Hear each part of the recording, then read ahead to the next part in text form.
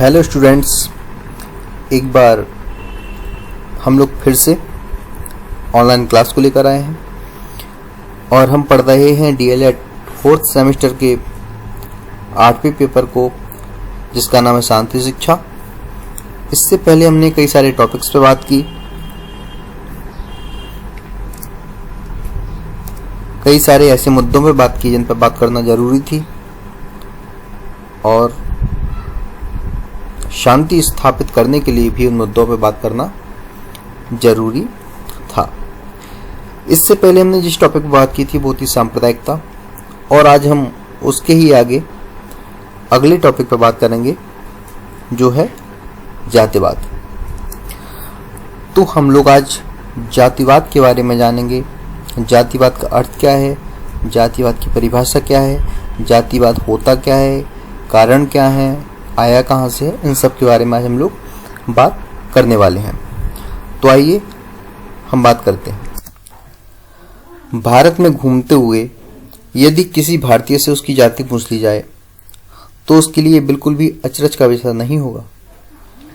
अचरज का विषय इसलिए नहीं होगा क्योंकि स्वतंत्रता के 71 वर्ष बाद भी इस धर्मनिरपेक्ष राष्ट्र में चाहे मात्र कुछ घंटों का सम्मान बनाना हो या जिंदगी भर के लिए निभाने वाला कोई रिश्ता, सिर्फ जाति का मुद्दा ही है जो दो लोगों को जोड़ता है। इसलिए शायद जातिवाद पर बात करना आवश्यक भी हो गया है। इसकी परिभाषा की बात करें तो कोई सीमित नहीं है। जातिवाद शब्द के भीतर जो स्वार्थ छुपकर बैठा है वो भी इसे एक शब्द में ही अच्छे से समझा सकता है।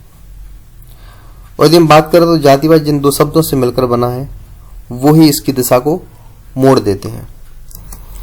जाति का अर्थ है वो समुदाय जो आपस में आर्थिक और सामाजिक संबंधों से जुड़ा हुआ हो, और वाद का मतलब कोई व्यवस्थित मत या सिद्धांत जिसकी अधिकता कब हो जाती है पता नहीं चलता। ऐसे में जातिवाद से मिलकर बना यह जातिवाद शब्द किसी एक समुदाय विशेष को ही नहीं बल्कि पूरे समाज को गलत तरीके से प्रभावित कर सकता है, और अब राजनीति में भी उसका उपयोग बहुत किया जाता है। इसी कारण शायद भारत जैसे पंथ निरपेक्ष, धर्मनिरपेक्ष, लोकतांत्रिक देश में भी जातिवाद को इतना पोषण मिल रहा है। कई लोगों ने अपने अपने हिसाब से इसकी परिभाषाएं दी हैं, तो आइए जानते हैं उन परिभाषाओं के बारे में। काका कालेकर के शब्दों में यदि बात करें तो जातिवाद शक्तिशाली पक्ष द्वारा की जाने वाली वो अंधाधुंध अवहेलना है जो कि स्वस्थ समाज के लिए आवश्यक तथ्यों जैसे समानता, भाईचारे को खत्म करती है। जबकि के.एम. पटेक्कर के शब्दों में जातिवाद किसी जाति या उपजाति की वो ईमानदारी है जो कि राजनीति में अनुवादित हो चुकी है। इन लोगों ने अपने अपने हिसाब से जातिवाद की परिभाषा दी है। यदि हम कम शब्दों में जातिवाद की उत्पत्ति और इतिहास के बारे में चर्चा करें, प्रकाश डालें, तो कुछ मुख्य बिंदु निकलकर सामने आते हैं। जैसे भारतीय समाज में जातिवाद की उत्पत्ति कब हुई ये बता पाना तो बहुत मुश्किल है, क्योंकि आदिकाल में मानव छोटे छोटे समूह बनाकर जीवन यापन करते थे। फिर इसी क्रम में ये समूह कब एक जाति में बदले उस समय का पता लगा पाना संभव नहीं है। लेकिन जातिवादिता की रूढ़ता कैसे जन्मी होगी ये जरूर समझा जा सकता है। देश पर जब बाहरी आक्रमण होने शुरू हुए तो अपने अस्तित्व को बचाने के प्रयास में जातिवादिता जटिल होती चली गई। इस तरह से जाति को कुछ नियमों से बांधा जाने लगा, जैसे रोटीबंदी, बेटीबंदी।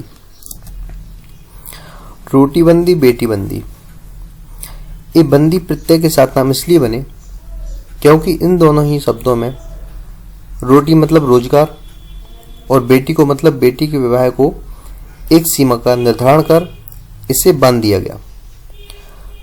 रोटीबंदी का अर्थ कि अपना खाना, अपना रोजगार, अपनी जाति के बाहर किसी से भी साझा नहीं करना। और जबकि बेटी बंदी, इसमें बेटियों का विवाह जाति से बाहर करना निषिद्ध कर दिया गया।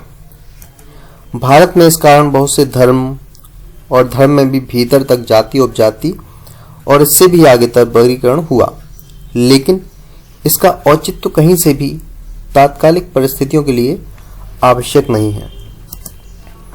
भारत में जातिगत वर्गीकरण थोड़ा मुश्किल था, क्योंकि यहाँ जाति के अलावा भी बहुत से कारक थे जो जाति को निर्धारित कर सकते थे। जातिगत व्यवस्था मूलतः 4 वर्णों पर आधारित थी, जैसा हम लोग पढ़ते चले आ रहे हैं: ब्राह्मण, क्षत्रिय, वैश्य और शूद्र। वास्तव में यह कर्म आधारित प्रणाली थी। इसमें जाति का निर्धारण व्यक्ति के कर्म से होता था, जिसमें जाति का किसी व्यक्ति के पूर्वजों से कोई संबंध नहीं होता था। जैसे यदि क्षत्रिय के बच्चे को वैश्य के काम में रुचि है तो बच्चे को वैश्य का वर्ण मिल जाता था, लेकिन कालांतर में सब बदलता गया और जाति का निर्धारण आनुवंशिक रूप से होने लगा। जैसे क्षत्रिय के बच्चे क्षत्रिय ही कहलाए, इसी तरह से अन्य वर्णों के बच्चे अपने माता पिता की जाति और उसके कर्मों का अनुसरण करेंगे। तो यह अमूमन देखा जाने लगा है। तो हम कह सकते हैं कि उनका अनुसरण करते हैं, तो आजकल की व्यवस्था ही बदल गई है। यदि कोई व्यक्ति कर्म के आधार पर उसकी जाति निर्धारित अब नहीं होती। अब जो बच्चा जहां जन्म लेता है उसे उसी जाति का मान लिया जाता है। तो कह सकते हैं कि अन्य वर्णों के बच्चे भी अपने माता पिता की जाति और उसके कर्मों का अनुसरण करेंगे या करते हैं।